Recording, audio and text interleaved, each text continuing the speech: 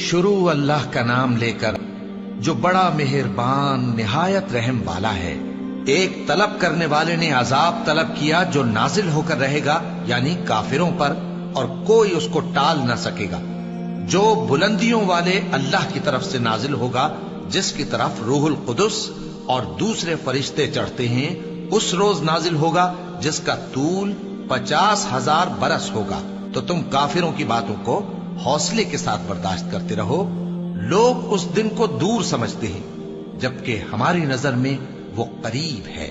جس دن آسمان ایسا ہو جائے گا جیسے پگھلا ہوا تانبا، اور پہاڑ ایسے جیسے رنگین اون، اور کوئی دوست کسی دوست کو نہ پوچھے گا حالانکہ ایک دوسرے کو سامنے دیکھ رہے ہوں گے۔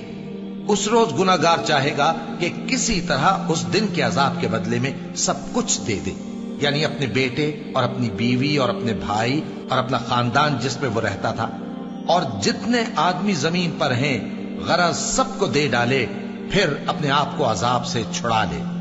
لیکن ایسا ہرگز نہیں ہوگا۔ وہ بھڑکتی ہوئی آگ ہے، کھال ادھیڑ کر کلیجہ نکال لینے والی۔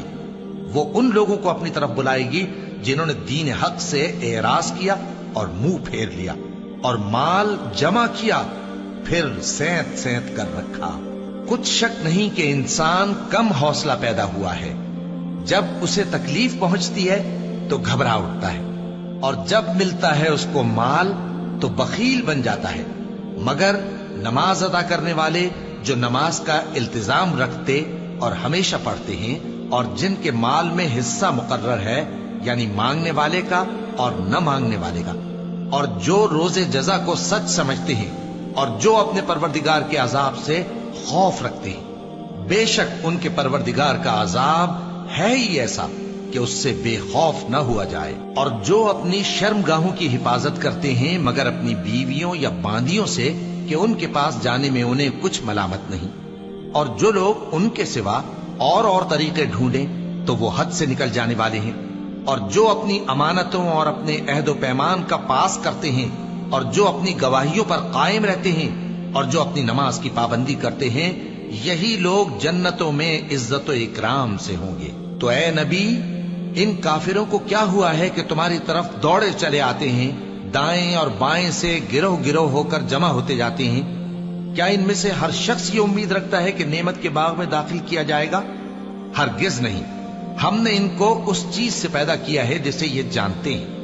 پس مشرقوں اور مغربوں کے مالک کی قسم کہ ہم طاقت رکھتے ہیں، یعنی اس بات پر کہ ان سے بہتر لوگ بدل لائیں، اور ہم عاجز نہیں ہیں۔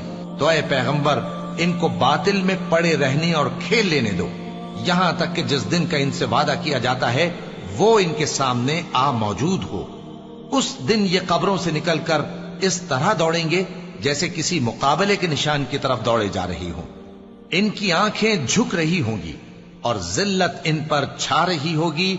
یہی وہ دن ہے جس کا ان سے وعدہ کیا جاتا تھا۔